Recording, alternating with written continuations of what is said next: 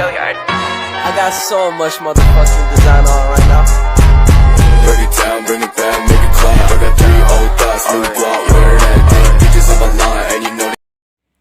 Assalamualaikum warahmatullahi wabarakatuh.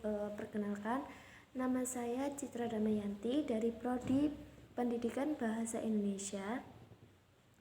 Untuk NIM-nya 206004. Nah, di sini saya akan menjelaskan mengenai analisis novel perahu kertas Kaya D. Lestari dengan menggunakan teori strukturalisme.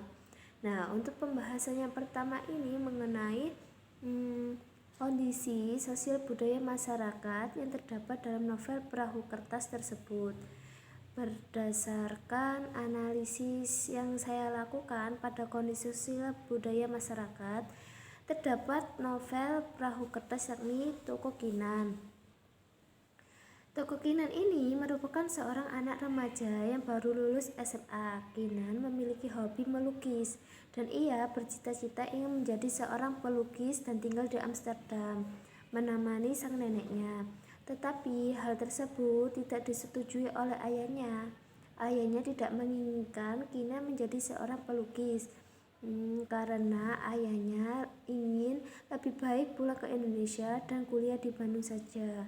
Hal tersebut diperkuat dengan adanya fakta bahwa Belanda memiliki banyak pelukis terkenal. Untuk peristiwa yang dialami Kinan ini, bahwa impiannya menjadi seorang pelukis kandas karena keinginan ayahnya yang menginginkan Kinan untuk kuliah di jurusan manajemen tersebut, didukung dengan adanya fakta mengenai pandangan orang tua dan cita-cita seorang anak seperti yang dikemukakan Fazrul pada tahun 2015 dalam Kompasiana berikut ini. Yang pertama, Kinan yang memilih untuk berhenti kuliah di jurusan manajemen dan meninggalkan keluarganya menjadi seorang pelukis yang terkenal.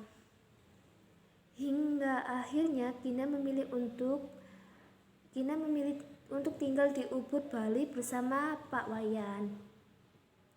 Nah, selama di Ubud, Kinan dengan tekun mendalami hobinya dengan terus melukis. Hingga pada akhirnya lukisan Kinan laku terjual dengan harga tinggi. Nah, untuk yang kedua ini, fakta kemanusiaan lain yang terdapat dalam novel Perahu Kertas, yakni pandangan mengenai pekerjaan menjadi seorang pelukis. Nah, hal tersebut seperti yang dikemukakan oleh Siswoyo pada tahun 2012 dalam artikelnya yang mengemukakan bahwa opini masyarakat terhadap profesi penulis masih belum sepenuhnya diterima. Kemudian besar orang tua akan pesimis terhadap pekerjaan ini. Memangnya bisa hidup dari menulis saja atau melukis saja, dan masih banyak sikap tidak yakin akan profesi tersebut. Selain itu juga terdapat pandangan orang tua dan cita-cita seorang anak. Nah, untuk ini latar belakang kehidupan sosial budaya masyarakat dalam novel Perahu Kertas. Yang pertama ini berdasarkan analisis latar kehidupan sosial budaya dalam novel tersebut. Yang pertama,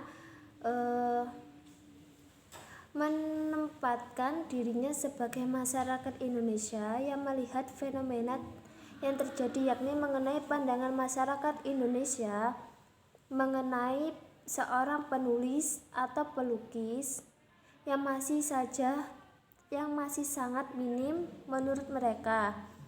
Menjadi seorang pelukis bukanlah satu-satunya pekerjaan yang dapat menghasilkan dan mencukupi kebutuhan hidup. Banyak pelukis-pelukis di Indonesia yang memiliki profesi lain seperti menjadi dosen, guru, editor, wartawan, atau bahkan akuntan. Selain pandangan mengenai ekonomi, ada juga pandangan tentang status sosial. Nah, yang sering terjadi ini, fokus masyarakat menjadi PNS akan jauh lebih baik dan terpandang daripada menjadi seorang seperti pelukis, penulis, pedagang, dan menjadi seorang sarjana akan lebih terpandang dan beberapa pandangan yang mengenai status sosial. Hal tersebut inilah juga terdapat pada novel Perahu Kertas yang memandang bahwa menjadi seperti pelukis, penulis, bahkan pengusaha akan jauh lebih baik daripada menjadi seorang itu tersebut. Nah, demikian analisis novel Perahu Kertas menurut pendapat saya. Kurang lebihnya mohon maaf yang sebesar-besarnya. Wassalamualaikum warahmatullahi wabarakatuh.